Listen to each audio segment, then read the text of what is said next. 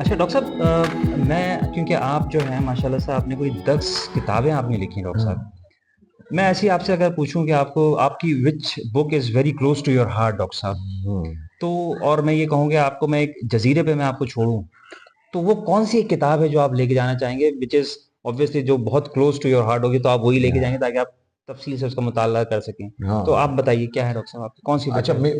میری جی کتابیں یا آپ کی جو کتاب ہے جس کو آپ سمجھتے ہیں کہ میری بہت اوکے اس کے اندر دانش اس کے اندر لگی ہے، میری ہاں بہت ساری کچھ نالج ہے جو کہ میں which is very close to your heart ہاں ڈاکٹر یس صاحب، آپ یس چاہتے ہیں کہ یہ زیادہ لوگ پڑھیں اس کو دیکھیں. جی ہاں میری تو کافی ایسے میں تو ساری 10 کی 10 نہیں کتابیں بالکل لے صحیح، کے بالکل جاؤں میں گا. نے بہت آپ کو سوال ایسا کر دیا کہ کون کیونکہ سا بچہ آپ کو پسند ہاں ہے، ہاں تو بچے تو سارے لیکن پسند ہوتے ہیں. میں یہ بات کہوں گا کہ جب تک میں زندہ ہوں یا جہاں تک یہ آپ کا یہ پروگرام پہنچ رہا ہے، ابھی میری ایک دوسرا ایڈیشن آ رہا ہے سیرت پہ کتاب کا، جی ٹھیک.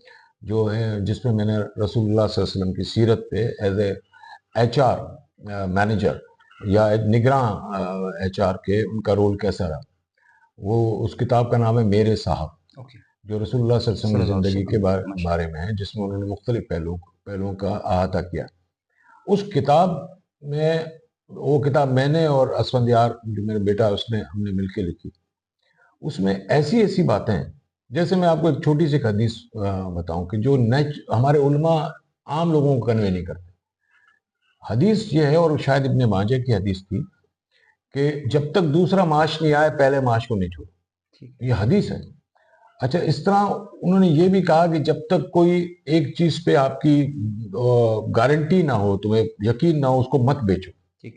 اب کتنی بازار میں چیزیں آپ آن لائن خریداری کرتے ہیں، تھرڈ کلاس قسم کی چیزیں آتی ہیں، بددیانتی ہے، اور اس طرح کی بہت ساری ایسی چیزیں ہیں کہ جو کہ رسول اللہ صلی اللہ علیہ وسلم نے زندگی میں بتایا اور ہم نے اس پہ عمل نہیں کیا. حالانکہ وہ مذہبی چیزیں نہیں ہیں، وہ اچھے معاشرے کی زندگی. مثال کے طور پہ آپ کو حیرت ہوگی سن کے کہ ایک حدیث کے مطابق رسول اللہ صلی اللہ علیہ وسلم نے خریدی ہوئی چیز کو واپس لینے والے تاجر کو جنت کی بشارت دی. ماشاءاللہ.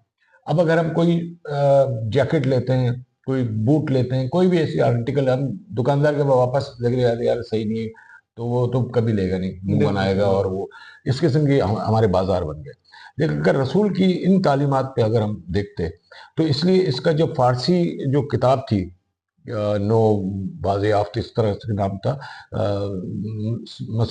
مسروری نے اس کا ترجمہ کیا تھا.